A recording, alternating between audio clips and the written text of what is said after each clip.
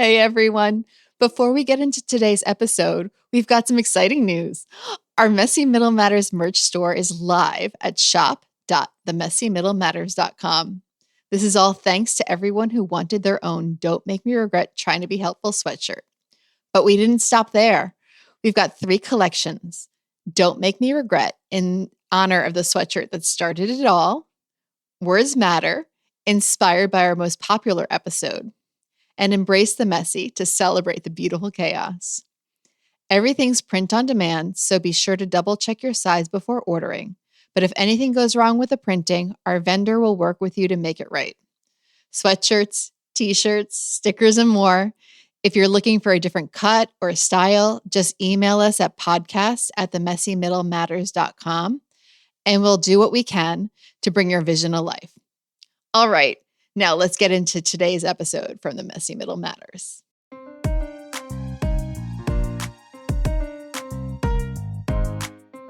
I'm Indra. And I'm Amanda. And we'd like to welcome you to the Messy Middle Matters. Hey, Amanda, how are you today? I'm good. How are you, Indra? I'm good. Today we're going to get to talk about insiders and outsiders, which is a bit of a theme that's been showing up and creeping into some of our past episodes, but we're going to talk about it a little bit more deeply today. And I'm sure we'll talk about it across a number of episodes because there are so many facets to it. So before we jump into the conversation, let's make sure we clarify for everyone listening, what do we mean in this specific episode, in this specific context?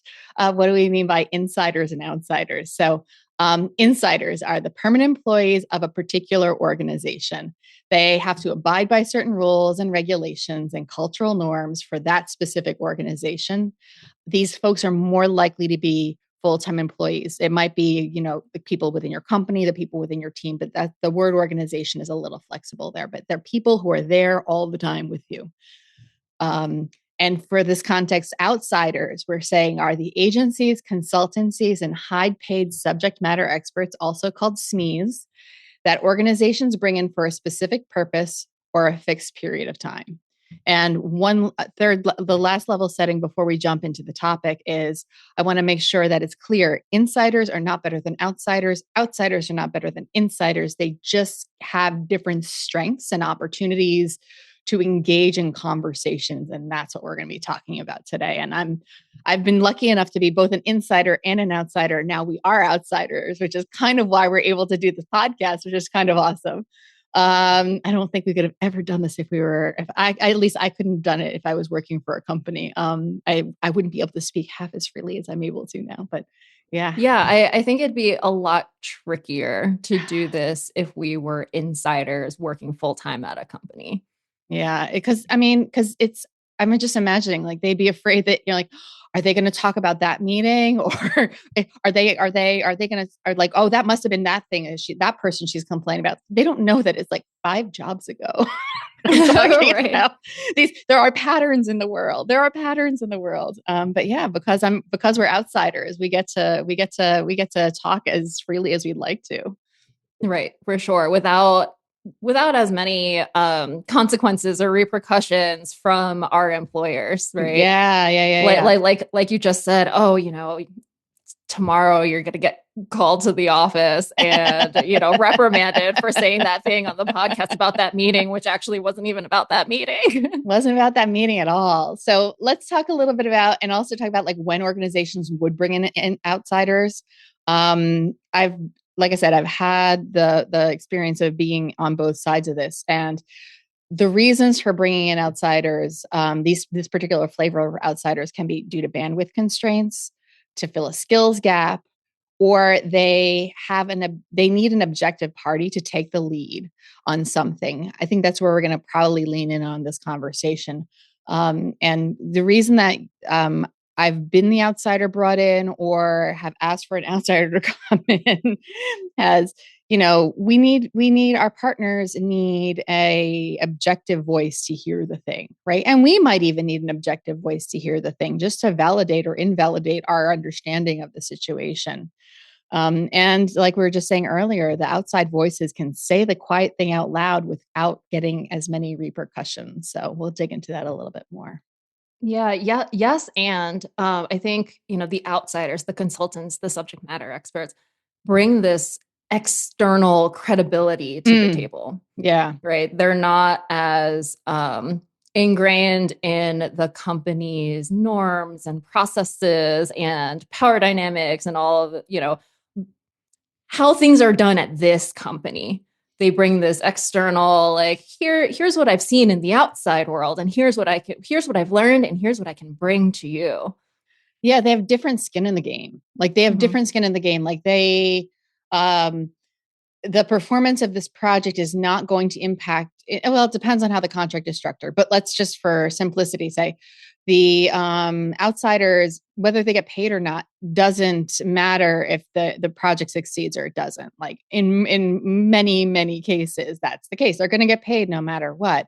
And when you're internal, you really do care about the follow through and things that are the end results, right? But the outsider is not completely like flip and carefree, right? Right. Because they want to stay in your good graces. They're intrinsically incentivized to do a good job so that everyone in your organization, you, the direct stakeholder, the person who literally signed the contract with that outsider, is satisfied with their work and brings you back in again for another project or another piece of time or whatever it might be.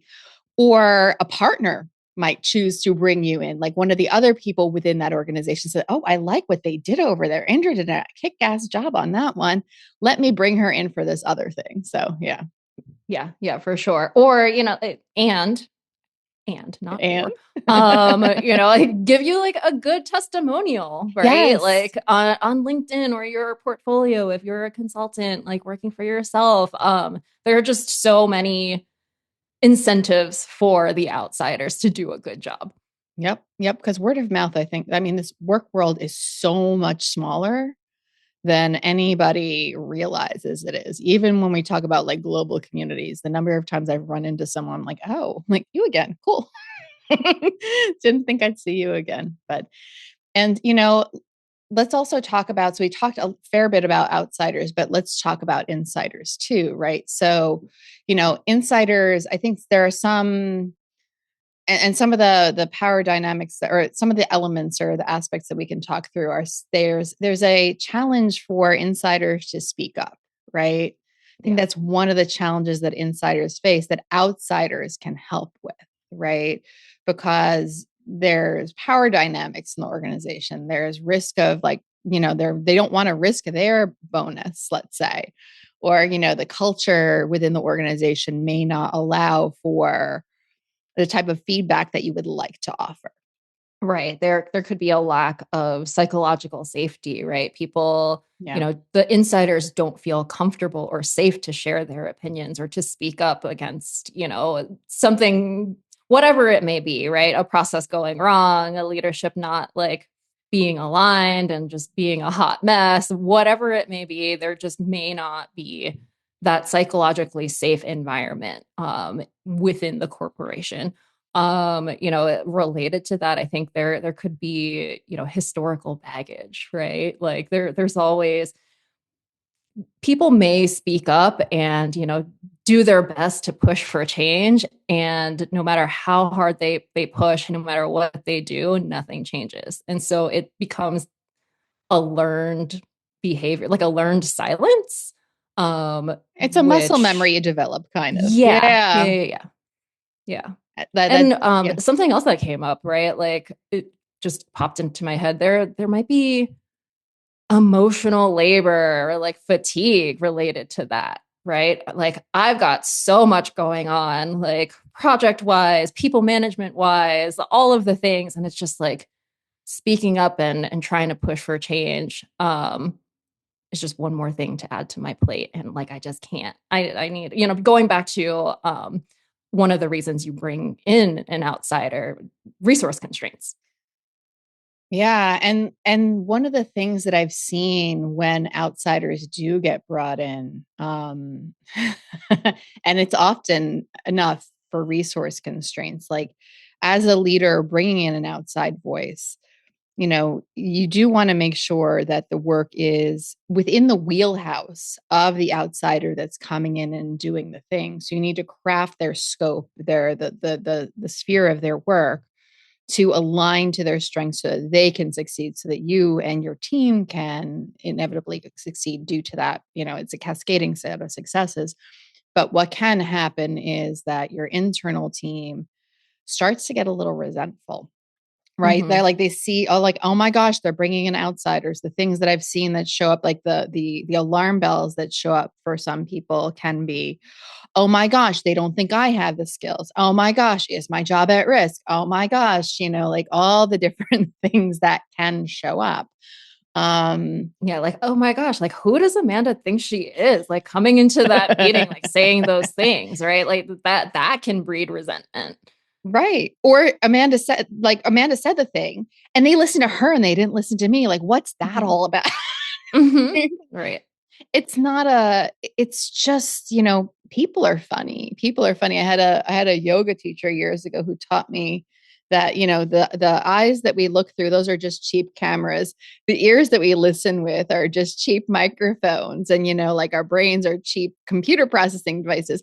And, the reason I love thinking about that metaphor is that when your ears can only pick up certain things, maybe it needs to be said in a different tone or a different tenor, and suddenly it penetrates. And you're like, or it might have been just that the timing was different and that stakeholder, your partner in the organization, could actually finally hear. So, I think that making sure, if you are the leader or if you are a leader within the team, when a partner is being brought in, when an outsider is being brought in, making sure that you are very aware of the anxiety that will kick up. Not if it's a It's a when. yeah, it's a when. When and a how. You're aware of it, you're tuned to it, you have people watching out for it, and you're mitigating that risk along the way and giving all the appropriate reassurances. Yeah, for sure. Um, I mean, like, I'm just thinking of, so my experience is mostly as an insider. I know Mm-hmm. you have experience equally on It's both something sides, like that. I don't know if something it's like sixty that. Yeah. 40. I got something, I don't know, but yeah. Yeah, and I just, as you were going through the types of resentment and like how how that can show up Yeah. when you bring in an outsider. I'm thinking of all the times I've seen an outsider come in, like as an insider myself, and I'm just like, yeah, the piece that resonated for me was the, wait, I've been saying this for so long, So and this long. person comes in and they say exactly what I've been saying, and all of a sudden, wow, so and so, like, great idea. Brilliant. Let's go implement that. Brilliant. Yeah, it is frustrating. It is frustrating. And so, like, you know, the behavior that I've encouraged is, in my team, when that's happened, or if I'm the partner, like, hey, use that outsider. What do you Mhm. want to have said? What are you trying to advance? And, a good outsider won't necessarily be like this just instant microphone that just parrots everything that other people say. But, they will take it in and they will insert it where needed, where it can advance the larger strategy for the greater good. So know Yeah, how to partner I with think them. Yeah. Yeah, I think you hit it, right? Like learn how to leverage that Yeah. outsider's voice. And you don't know how I mean, it's so funny. Some of my best like professional friendships have come from partnerships with outsiders on both sides. As I'm sitting here thinking back, like a lot of them are actually from the other side. So like you can forge those friendships and those long relationships. And why that's so useful is that you're able to tap into each other throughout the course of your career as things advance in one way or another. And, it's, maybe at some point you want to explore going to the other side. I put that in air quotes, and shifting to a different landscape and going from the inside to the outside or the outside to the inside. You have somebody you can talk to and be like, hey, what's it like? Tell me more about it. I know it's like to work with you guys, but what is it like on the inside? So that's a really nice way to leverage that to a little bonus something. Right. Yeah, and not just, external to work, not just on a friendship level, but just learn how to work with each other and collaborate. Um on whatever project engagement that this outsider is on. Yeah. And like join forces for the greater good, as corny as that sounds.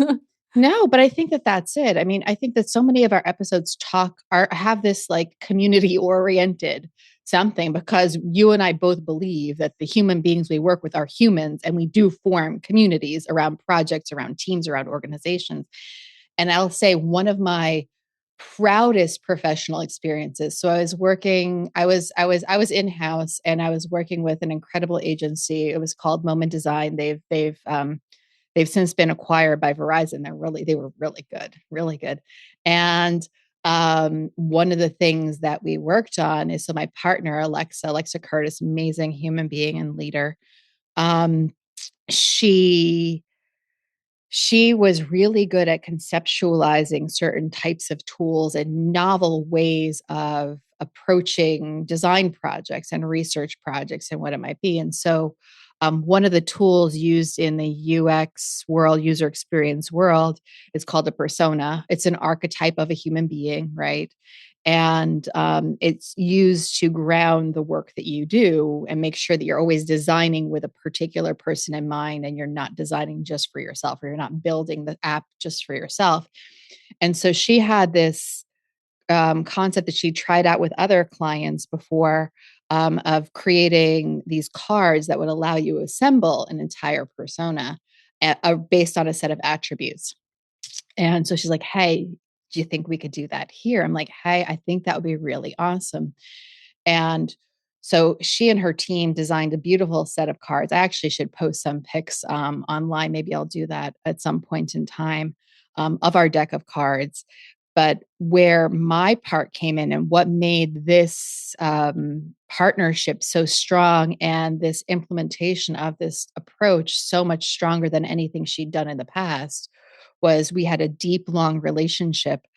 I was able to do a few things. I was able to do the stakeholder management within the organization and roll out the cards to not just the design team, but to partners all across the country, and do a little bit of a roadshow. That was one piece of it. But the other piece, which was even richer, was I was able to access the data of our clients and understand which attributes get paired in which sorts of ways. So people, when they were assembling these cards, would know which pairings were the most likely scenarios. And, that to me is, not only was it just such a impactful project that people still randomly message me about on LinkedIn, like, oh my gosh, I was using the cards, or oh my gosh, I was thinking about the cards. My new place could totally use them. So like, not only do I get that, but like, and the value of the product, but it was just like such a beautiful partnership. Like, and it's just, it was, and that's what I think, that's not that exact project, of course, but that's the kind of relationship that's like the pinnacle of insider outsider partnership. Yeah, that's such a great story. It's a long story. Sorry about that. No, it's a great one. Because like it tells the story of the partnership and like what was important from each side, right? Yeah. Like you had the access to the data and like the internal proprietary information, right? And you also had the access to the network, the stakeholder management. You had built these relationships with people internally that Alexa did not have. Because she And so couldn't. Yeah. right. Because she Yeah. was able to leverage those things that you had to offer. And you were able to leverage her expertise, her experience, like rolling out these cards before, her ability to say the quiet things out loud. And like you each brought these different like skills and things to the table that made this partnership work. And it led to a successful rollout of a thing that it's awesome that people still message you about that. They do. And I want to give credit to the rest of the team. And I'm not going to remember everybody's names, but Cassie was on it and Sean was on it. And like, there was a lot of like, Alexa had her own awesome team on the other side. So, but yeah. So yeah. And she, that's another thing, right? Like she has access to a network and a set of experts on her side too. right? If there was something that came up that she herself didn't, wasn't the most well versed in or didn't have the most expertise, she could tap into her network and her team on her side to find someone who did have the answer. 100%. And what's beautiful about working with, and I'll just focus in on them specifically, like they had a lot of clients across, and they had all the right propriety. Like they never disclose anything that they shouldn't have, just to be abundantly clear. But they could tell us about trends, right? Because they had clients in like a major client, which was they had a major client which was ESPN.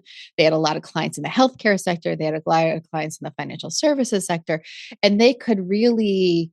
So the various teams that they had on that agency side, they could learn from the different industries and see where the trends were. Shockingly, there's a fun fact. There is a commonality between fantasy football or fantasy sports and financial services trading systems. Right. That and doesn't surprise me at all, actually. Right. But who would have thought of it if I hadn't said it out loud? Right. So they're like, oh, those two things are equally complex. So anytime somebody's like trying to create something, it's like, oh, it's like kind of like fantasy football. I'm like, it's as complex as financial services trading. They're like, I'm not trying to burst your bubble. I just want you to know what you're charging a mountain. I want you to know how tall that mountain is. Right. But I know that because of them, because they're like, oh, and that was just, without having to disclose anything, they're like, oh, that's a complexity. I'm like, oh, that's interesting. So then whenever we were recruiting more talent for in-house, we were like, oh, people who have experience with that could be a really good fit for us. And we would have never thought about tapping into that particular market of talent. Yeah. It just opens up a world that you can connect more dots. 100%. 100%. So I think covered a lot of good ground. And I think, anything else that you wanted to touch on, or Amanda, to bring into this conversation? No, I think, I think we really nailed it where we focused on the partnership between the insiders and the outsiders, right? And like, what things does each party bring to this engagement, and how can we leverage each other to ensure success in the thing? We'll call it the thing. 100%. We're not adversaries. We need to figure out how can we play the game from different positions on the field. I love a good sports ball metaphor. From different parts of the field, but how can we play the game to our collective advantage, right? And I say, yeah. So I hope everyone got something really good out of it. And I'm glad we got to dig into this one. I'm glad that we got to dig in this one. And I hope that everyone listening got something good out of it too. And that you'll join us next time for when we discuss another topic from the messy middle. Bye, everyone. Thanks. Bye.